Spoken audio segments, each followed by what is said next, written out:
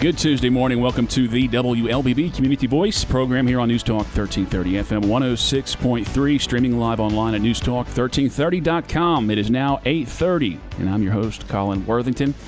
My guest this morning is a Carrollton City Councilman. He does represent Ward 4 for a lot of people. He's associated with, I would guess, one of Carrollton's most popular landmarks, owned and operated that for a good bit. And I'm going to ask him a little bit about that history as well in our program. My guest is Bob Uglum. Bob, good morning.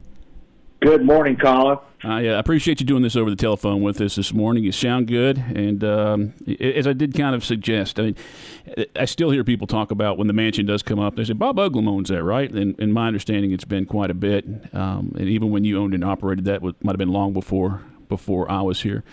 Tell us about your favorite memories. Give me some memories of owning and operating that joint, and maybe how you got involved in it, how that came about. You know, when I hear the stories and people talk about it, I kind of have this image, and I know it's wrong.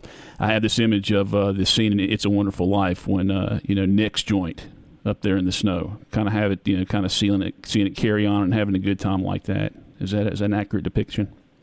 Oh, that's real close, Colin. That's pretty much it. No, I moved to Carrollton in 1982 to further my education at the college, and drove up and down Maple Street and heard a lot of stories about the Maple Street Mansion, which at the time was closed, but I'd heard a lot of stories about it, and had been in the restaurant business a little bit in my earlier years, and stopped in one day to take a look, and 40 years later, here we are. Mm-hmm. So had it been a restaurant before you took it over? It had. It was opened as a restaurant in 1974, and operated for about 8 years successfully, but it was a partnership, and the partnership split up, and they decided just to sell it. So it sat empty for about a year and a half. And we initially rented it, and in 1984, summer of 1984, I borrowed a bunch of money from my dad, and my mom came out, and my brother came out. My whole family came out and helped us get it open, and friends. We were from the opposite side of Atlanta, and came out and worked day and night, scrubbed floors and patched holes and painted and spruced it up. And it's great memories, of the effort to get it open, and designing menus and all the stuff that goes along with starting a new business. And over the years, the great memories. Meeting my future wife there 7 or 8 months after we opened. Probably one of my greatest memories. Absolutely. But we did countless wedding receptions, which were always a joy. We did countless things with the tourism committees and the Chamber of Commerce, and Christmas parties, and all kinds of fun things. The mansion was, at the time, the largest restaurant between Atlanta and Birmingham. And so during Christmas season or busy times of the year, it was really hopping, and it was a lot of fun. And I know it may seem like that was something pretty distant in your life, but people, honestly, when you mention Bob Uglum's name, 9 times out of 10, somebody says, "Oh yeah, he used to run the mansion." So they still talk about that. Did they still bring that up to you? Yes. Questions like, and then it'll go right into a question like, "Can I get the pizza recipe? Can I get the ice cream pie recipe? Oh, you had the best this or the best that," and It was a lot of fun. And it's good to be associated with something so positive then, too. I was thinking this morning, I used to go around with a Polaroid camera and a little card. Thank you for sharing your time with us when people would come in to celebrate birthdays or anniversaries, special occasions, and take their pictures. And Well, I gave them the Polaroid. I wish I could have kept some of them. Yeah. This is before, smartphones and real pictures. Right. When did that experience end? We were there for 22 years, and we sold it in the fall of 2006, which in some ways seems like forever ago, and in some ways it seems like yesterday. Sure. Yeah, it's just 15 years ago, though, and it does zip on by. Yes. Well, Bob Uglum is now Councilman on Carrollton City Council. He's representing Ward 4. What are the boundaries for Ward 4 for those who may not know if you are their council person? Ward 4 is the westernmost ward, and it goes along the southern part of our city. So it goes, if you follow around the South Bypass from Maple Street and the bypass all the way around to Richards Lake. And it includes the schools, it includes Southwire, it includes Southern Hills, Heritage Hills, a good bit part around downtown up to one part of the square. I've got a great ward. I've been asking this question a lot lately of our elected officials with the census that was conducted last year, and we should get those results at the end of this year. And then, of course, they'll do the congressional districts and the state districts. They'll situate those. But on a local level, counties and cities do have the option. I don't know if they have to do it, if they have that option every 10 years or it just exists, that they can look at their populations and they can adjust those wards if necessary. Can you tell? Do you know anything about like the size of our wards currently? Would you be opening to the city reviewing the wards and maybe recalculating those wards next year if if you found out those numbers were significantly off? Oh, I sure think so. I haven't heard it discussed, but I was thinking about that and listening to WLBB this morning and looking at the wards. They of course try to do the population as evenly as possible in all the wards, but if the census indicates that it needs to be changed, I'm sure we could take a look at it. Carrollton, it's a diverse community. You look at those wards. I just wonder if there's somebody like in a Ward 4 who thinks they might fit better in Ward 3 or Ward 1 or be able to represent their friends more. I just have to look at where those wards are cut off. I mean, Michelle Morgan, the Carroll County Commission Chairman, she talked about as far as the state legislative wards, her and her neighbor across the street, their wards split like right down the middle, so they have different representatives. I don't know if the same can be said in the city of Carrollton, but yeah, that will be interesting. I think so anyway, to look at later on this year and the early part of next year. Unfortunately, I think it's impossible to avoid some of that. One neighbor being in one ward and another being in another ward, but I don't think Carrollton would be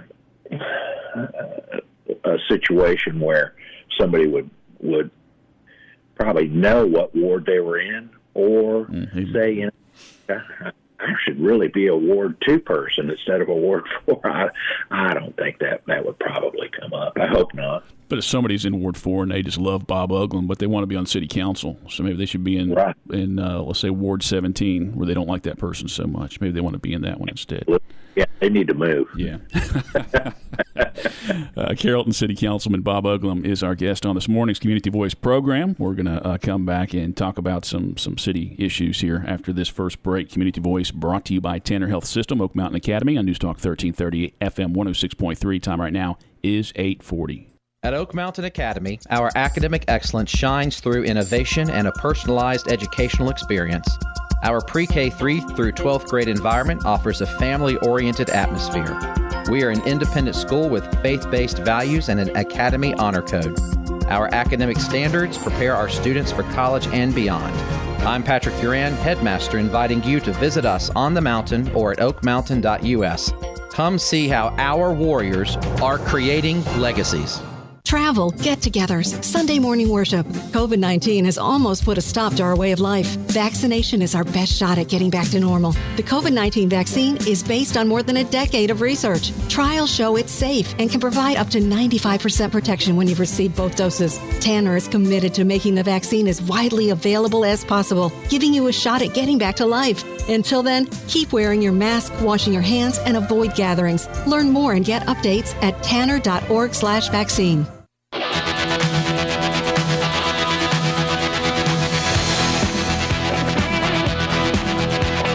Time right now is 8:41. Welcome back to the WLBB Community Voice on News Talk 1330 FM 106.3, streaming live online at newstalk1330.com. And at the conclusion of this program, we're going to post the entire podcast to the News Talk 1330 Facebook page. We'll get a nice picture of Bob and post that up there. So if you miss any of it, you can go back and listen to that program, and you can share it with all of your friends on Facebook. Carrollton City Council met last night for their monthly meeting. Let's talk about what actually didn't happen last night. Initially, there was discussion about the big housing project that would be just out of the downtown area of Carrollton. 2 separate buildings, one 4-story, one 5-story. I believe close to 100 apartments in there, both 1-room and 2-bedroom. There was going to be a place for retail. There was going to be a whole lot of parking involved in this thing. And it's been talked about for a couple months, but the developer pulled out either last week or the week before, and he was asking for, at the point where he's trying to get it rezoned. The Planning and Zoning Commission did approve zoning for that, and it was going to come before City Council on Monday, but like I say, that did pull that out. I guess, first of all, Bob, how do you think you were going to vote on that? Were you going to approve that rezoning? Well, I was excited about the project. I can't admit to knowing everything I may have known or should have known about it, but what I did know about it, I was excited about it. I know that in Carrollton, if you moved to Carrollton or you wanted to move up to an apartment, out of a house into an apartment, your options are few, and the apartments are in Carrollton, 94% occupied. So, I mean, there's just so few choices that to have a nice apartment complex, whether it's downtown or somewhere else in town, I think we need one. And it was a $20 million project, which is a substantial amount of money and a big project for a city our size. So I'm a little disappointed, but we'll take another look. When we talk about this will lead us into, I guess, the topic of affordable housing as well. There is a lot of concern about that in the community. There's been a study done recently which interviewed individuals who are living in the long stay hotels and motels in Carroll County and in Carrollton. Was that the prices for that? Would you consider that affordable housing? That what is the line? What is affordable housing? Is there a price line when we use that term? Well, that's a easy question, a complicated answer. I think a lot of folks that are very vocal about this topic would like to see more single-family homes or condominiums or owner-occupied properties than apartments. The problem comes in affordable, then that you have to have rather large down payments. You have to have just large down payments, entry fees to get into buying a house these days. So I think home ownership should be a goal, or could be a goal for everyone. I don't know that it has to be, but apartments make sense for a lot of folks. When we think about, I guess, apartments, people living in apartments, do we see that being more temporary housing, or is that more of a need, just for financial reasons? Well, I think it could be a need based on they don't have. I hope I said temporary need. I'm sorry, I was thinking if they're just staying in the area temporarily, if they don't think they're going to live here forever. I'm sorry, that's what I. Well, absolutely, and I don't know who, but say traveling nurse comes to Tanner Hospital, she knows she's going to be here for 6 months or a year, she's probably not going to buy a house. But she would like a nice apartment to live in, and if they're all full, what's your options? And there are, I don't know how many traveling nurses at Tanner, but there are traveling nurses. That's just sort of a common thing. I'm sure the university or Southwire, plenty of other large companies in town have executives that come into Carrollton for a short period of time. I think it makes sense, too, if someone's moving into our area, that if they had the opportunity to live in a nice apartment complex while they were deciding whether to build a house or purchase a house, it just is another option. There's a lot of folks that would like to downsize, that have lived in a large home, that would like the convenience of living in a nice apartment complex. So I think there's a lot of different reasons people could be attracted to one. Carrollton City Council Ward 4 Councilman Bob Uglum, our guest on this morning's Community Voice program. Time right now is 8:47. There's another interesting property right off of Highway 27 in Carrollton. City purchased that, and I'd say within the last month, they had the Vogelsburg on it and Handy's Market on it. And the last month started getting those properties clear. I guess it's kind of a silly question, but what would you like to see there? What would you hope to see at the end of town? I mean, the gas station was kind of frowned upon, potential for that. What would you hope that Carrollton can do with that property?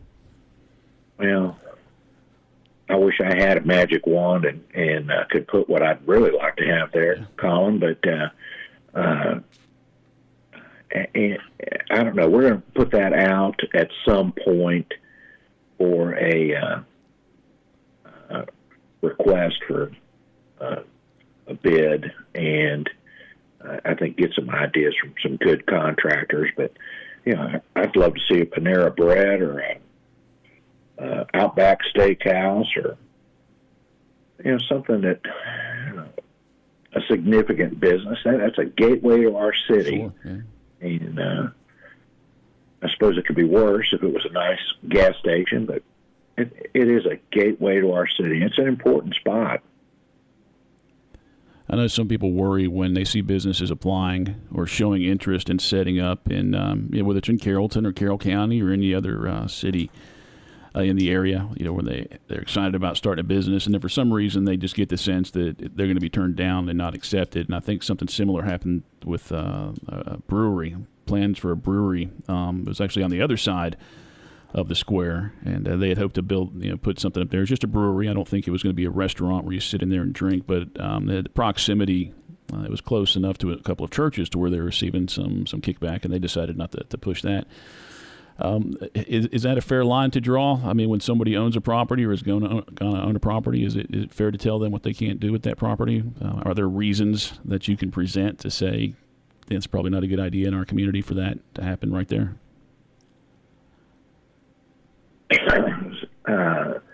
I'd like to say as a business person, you can do what you want, wherever you want, whatever time, that kind of thing. But it just doesn't really work like that.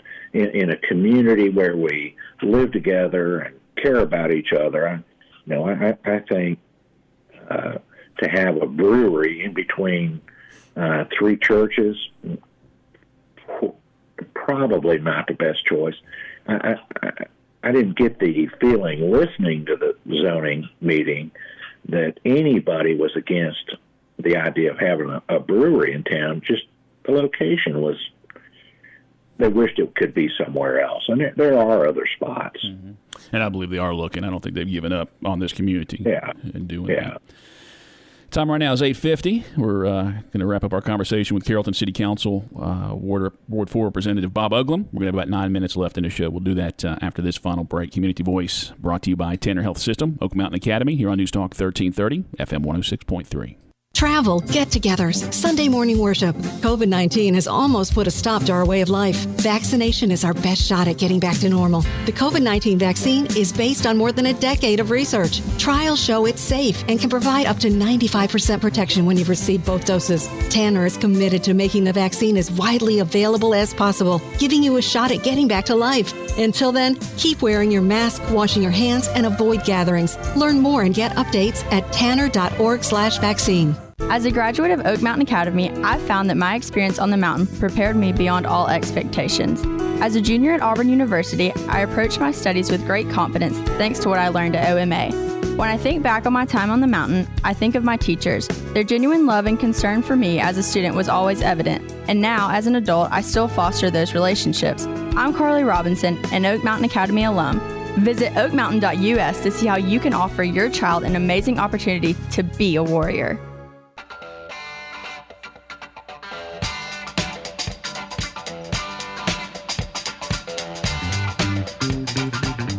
All right, time right now is 8:51. Welcome back to the WLBB Community Voice on News Talk 1330, FM 106.3. I'm your host, Colin Worthington, wrapping up our conversation with Carrollton's Ward 4 Councilman Bob Uglum, and enjoyed the conversation here so far. Bob, thanks for doing that with us this morning.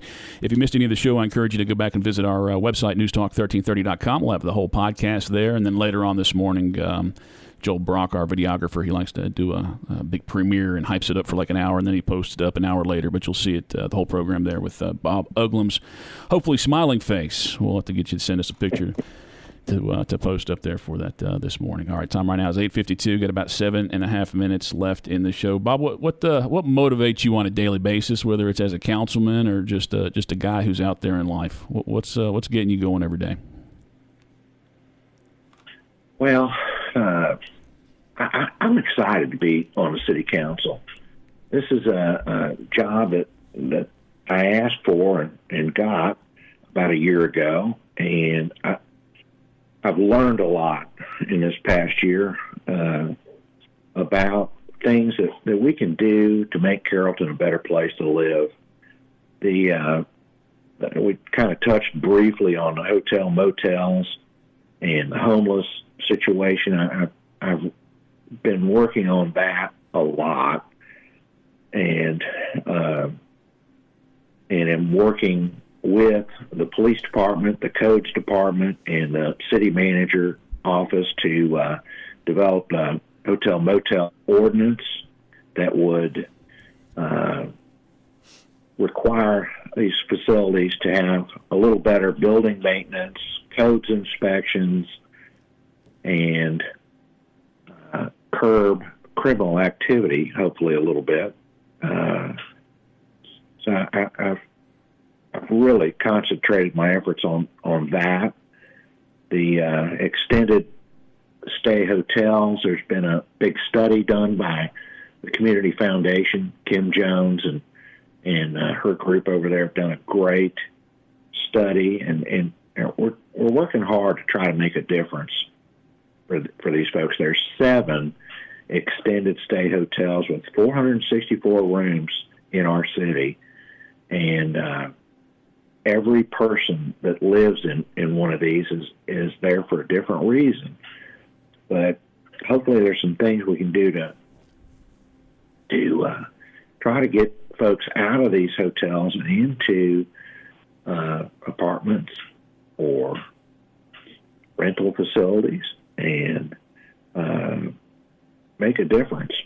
And I really jumped on that. That's probably been my primary focus for the time that I've been in office. And there's a lot of other things you got to look at while you're there too. But I found a big need for that.